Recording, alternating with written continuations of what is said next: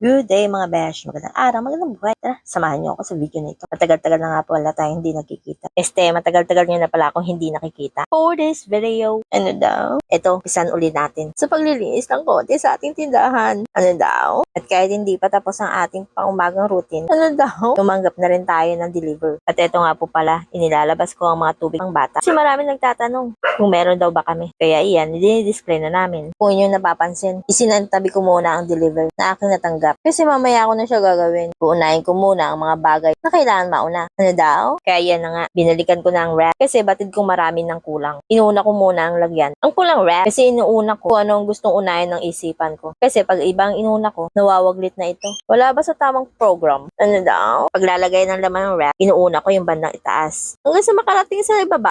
Wala lang. Doon lang ako masaya.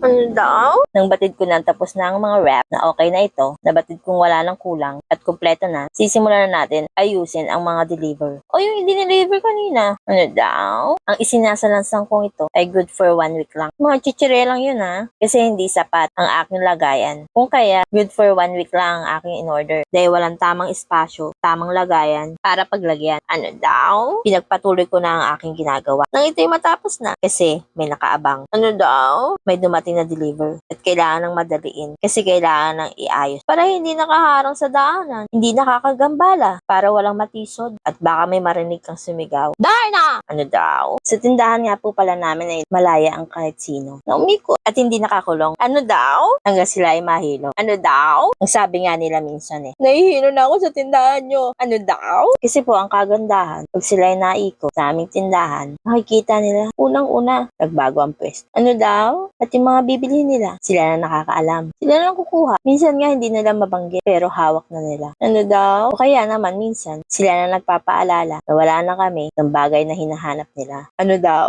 O kaya naman, na kailangan ko lang mag-refill. Kasi may pang-backup naman. Na kung saan, yung nakatabi namin, ang tinuturo nila, dahil yun yung nakita nila. Pero ituturo ko naman kung saan nakalagay ang bagay na kailangan nila para sa susunod nilang pagbalik o sa susunod nilang kailangan. Alam na nila kung saan nakalagay. At saka minsan, matanggap ako ng deliver, sila lang kumukuha. Tapos ilalagay na lang nila sa counter at doon na lang kami magkikita. Ano daw? Kasi minsan sinasabi ko sa nagde-deliver, pag nag-check kami, sandali lang po, post muna. Ano daw? Kasi laging sinasabi, customer first. Kasi ano ibabayad mo? Kung hindi mo na customer. Ano daw? Kaya yan na nga. Kahit na humihinto ako dahil may dumarating na deliver, pinagpapatuloy ko pa rin ang mga pagsasalansang kasi marami na rin kulang. Marami na rin bungi-bungi kumbaga. Kaya kailangan na nating punan at lagyan. Ano daw? Ganyan din pag may bumibili. Kailangan ihinto ang mga ginagawa. Kasi hindi kailangan paghintayin ng mga bumibili. Dahil baka dumating ang oras, puno na ang loob ng tindahan. Hindi mo na alam kung sino unahin mo. Kasi minsan nagsasabay-sabay na sila. Na kahit yung bagong dating ang dumating, gusto nila sila ang unang bibili. Kasi gusto rin nila sila ang unang aalis. Ano daw? Nang piling kong tapos na, ng mga chicherya, sinunod ko ng mga gatas para hindi matenga. Para may lagay ko na rin sa tamang lagayan. At maisalangsang na rin. Kasi minsan, mga nabili, doon kumukuha sa mga nakaharap. Bagong deliver ba?